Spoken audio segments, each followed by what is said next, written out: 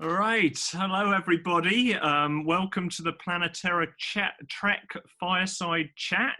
I'm really excited to be with you today and to talk a little bit about trekking to Everest Base Camp. My name is Jamie Sweeting. I'm the president of PlaneterraTrek, which is a non-profit organization that is seeking to bring community tourism to the world and help communities around the world bring experiences to market. So we're excited to talk to you today. I'm very, very lucky that I have an old friend, Ashok, who is a CEO, a Chief Experience Officer or tour leader with the adventure travel company G Adventures with me today.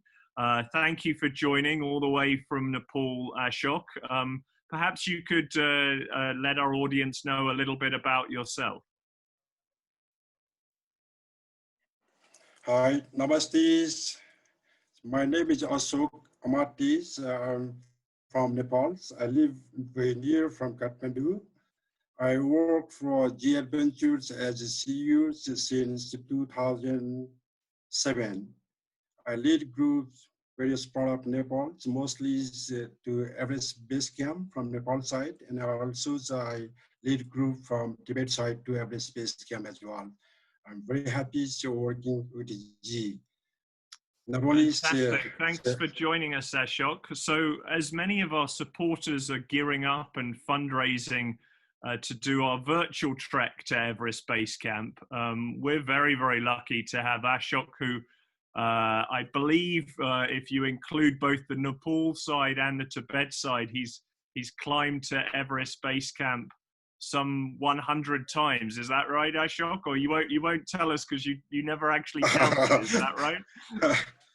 Yeah, from Tibet side, I have a record in my passport. From Nepal, so I don't have any record. So probably more than 100 times I've been to Everest Base Camp. But still, I'm enjoying. Still, I'm missing to get deals because after COVID, so for 5 months, I've been staying at home. Hopefully, it get better soon, and will be possible to get back again with the group. Absolutely. So, what's it like to trek up to Everest Base Camp, Ashok?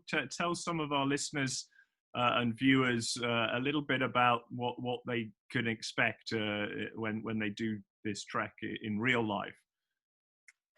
It's a very adventure trek. It's a perfect trek for travelers who want to get close to the mountains and to nature. It's a very beautiful trek. When we go and do these treks every day, so we be sleeping close to the beautiful mountains, beautiful snow-peak mountains, and our ports, so we get very close to the Mount Everest, which is the tallest mountain in the world. So, what do you find for you the most amazing part of the trek? I think being able to see different mountains, is being so close to them and getting to see the all highest mountain is the most amazing part of the trek. And also the culture, also the people that they live called Sherpa. Since we have many different ethnic groups, the people they live close to the Everest is called Sherpa. They are very, very famous for climbing the mountain, and also the group, someone who lead group to summit the Everest for many people, many climbers. And the travelers who do the hike, do they get to meet some of these local villagers? Yes, of course. Last time, so I went with a group to Everest Base Camp treks. I met the guys who made a record in Guinness Book, who submitted for 25 times to top of the Everest. I still got photo with him. That's and incredible. Also, I met last year's Babu Sri, no, Babu Appa Sherpa as well. When we made old record as well. So he comes once every year in his village. So I met him the week, and luckily he stopped at the tea house. At the tea house, so we're staying at Temple. Wow, so your travelers got to meet him. Yes. Oh, that's incredible. So what's the most difficult part of the trek for travelers that typically do the Everest Base Camp hike? It's a very beautiful trek, but still I found it a little difficult for travelers because it's a long way to get to base camps. And not only is a long ways, many days we need to hike to get there in high elevation. And as we go higher up, the oxygen levels will be lowered. So when you get to Everest Base Camp, only 53% oxygen we get. 53%. Wow. So because of the elevation and the oxygen also make difficult people to get there. And also in winters, the weathers get freezing colds up to minus 25 degrees. So that makes it a little difficult. But apart from that, you need the right gear and you've got to do it slow and steady. Yeah, but only this physically is a little difficult. But the view that we see, the view that we pass is amazing. It's very beautiful. Every day we see beautiful snow-peak mountains, including Amadablam, Lhotse, Nuptse, Mount Everest. In this trek, so not only is Everest that we see over 8,000 meter high, so we see 4 mountain peaks over 8,000 meter highs when you get to the base camp. Nuptse, Lhotse, Choyu, Makalu, and Mount Everest. So we're about to do a virtual hike. Some of us in our own houses, some of us hiking around our neighborhoods. But for many people, climbing to Everest Base Camp is a bucket list item. It's something that's been on their list of things they'd love to do in their life since they were a child and only dreamt of the idea that would be possible. What would you recommend for somebody that's currently dreaming of or even planning a trip for Everest? Can you give some ideas and advice of what they should be considering? Yes, it is the treks one should do once in every life, and no need to scare of this trek to base camp. And many people, in my experience, they get scared at the beginning, so they have group meeting. Either they can walk or not, so either they can adjust with the weather that we get there or not.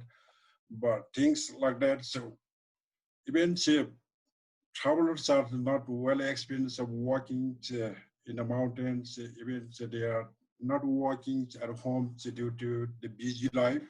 No need to worry. First days will be a little difficult because since they don't have practice, they haven't had practice walking in the mountain.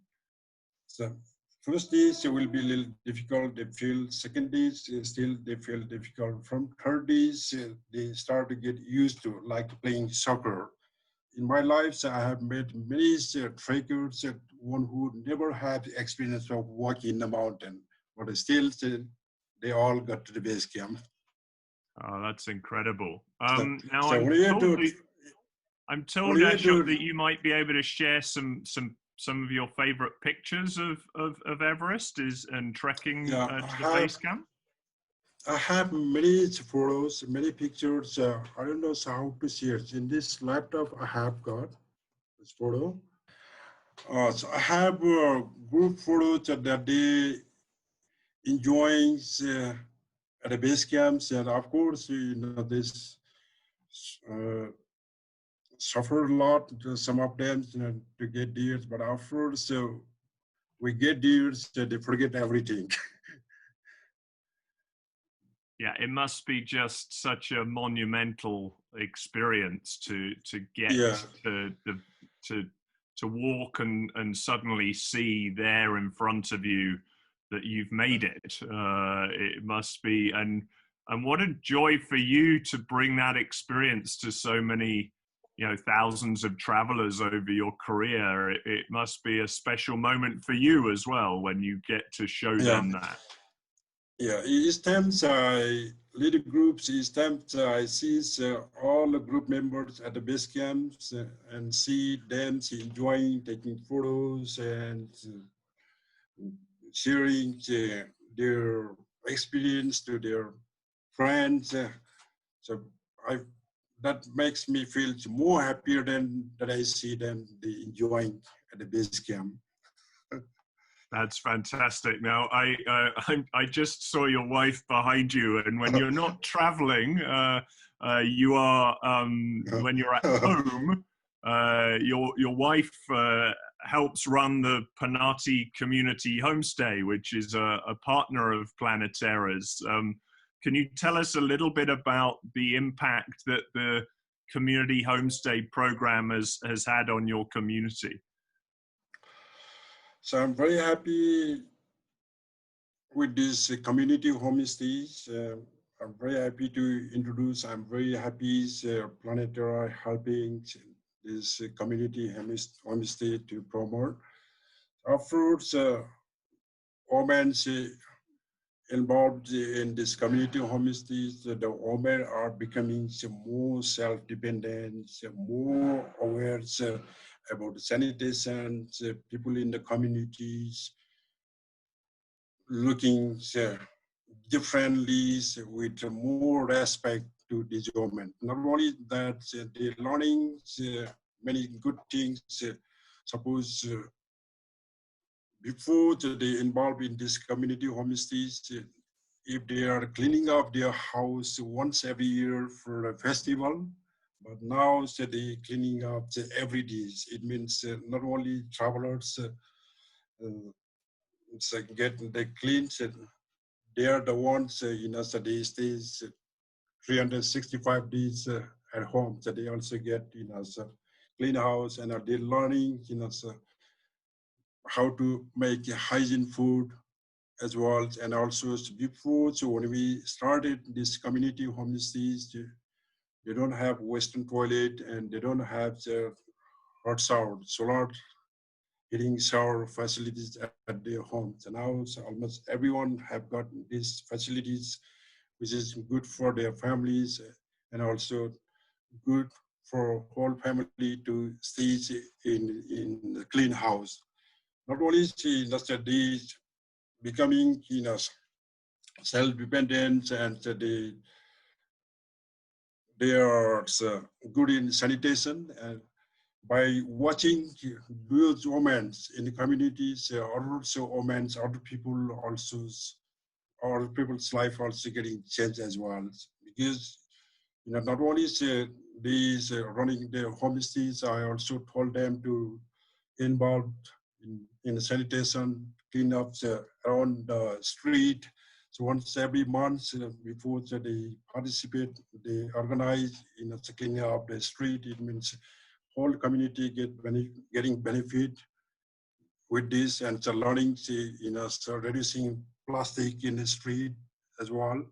And also not only that, so this women's running homestays, when travelers they come and stay at home, not only do they make money, also they contributing, they sharing that money to community as well. Because once they get travelers, they go out with the money to buy chicken, to buy vegetable, this and that. So whole community indirectly is getting benefit, which is good.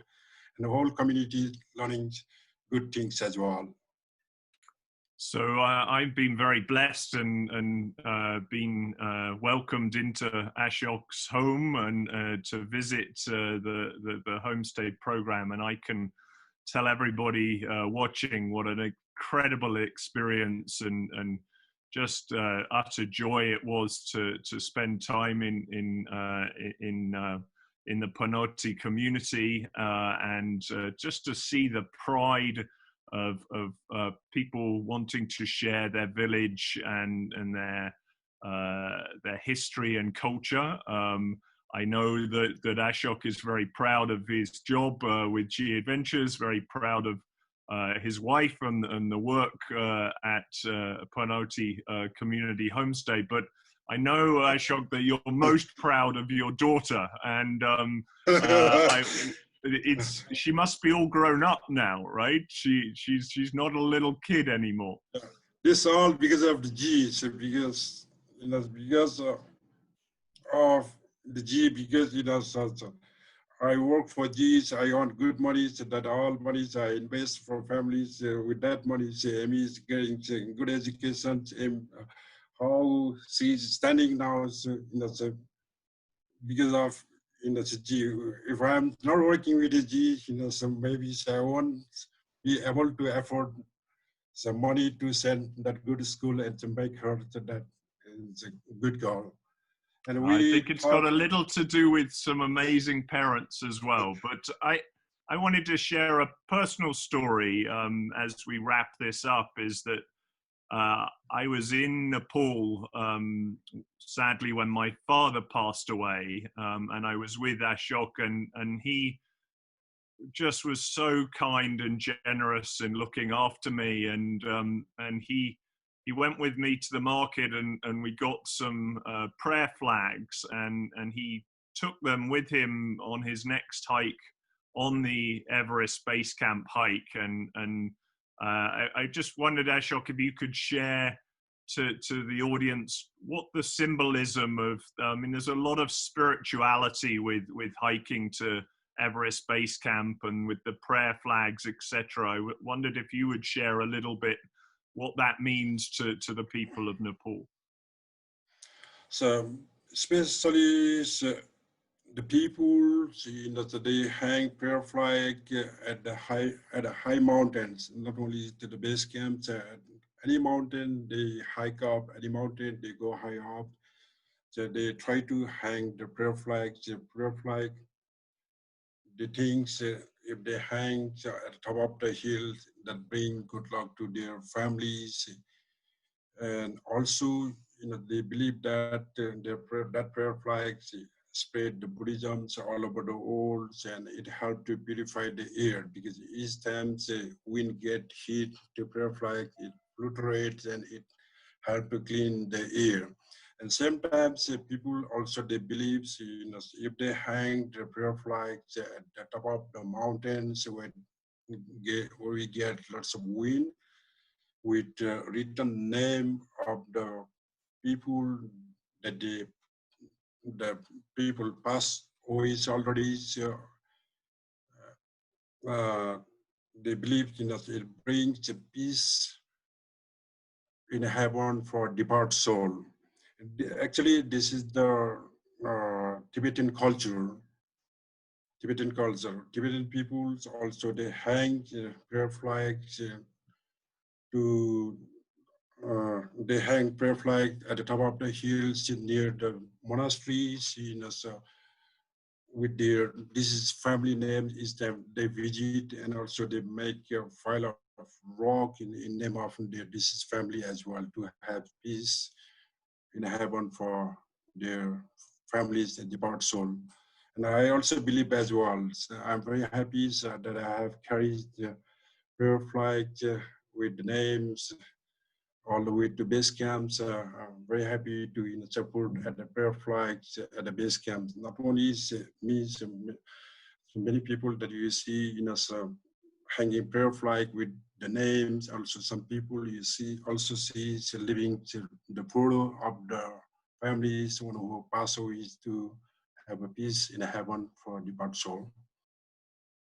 Well, I just obviously a huge thank you on behalf of myself and my family for doing that for us, but also a huge thank you on behalf of the PlaneterraTrek community for all that you do to support community tourism, both you and your colleagues, but also your family and community there in Panati.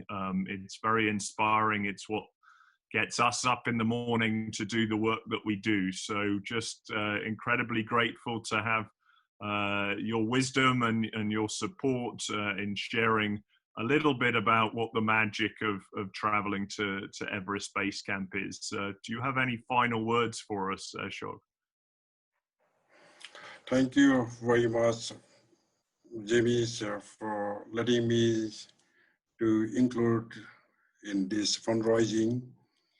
So I'm very happy to talk about this beautiful trek in beautiful Nepal. So I hope we get more and more travelers in the future and make busy all the Nepali people in tourism.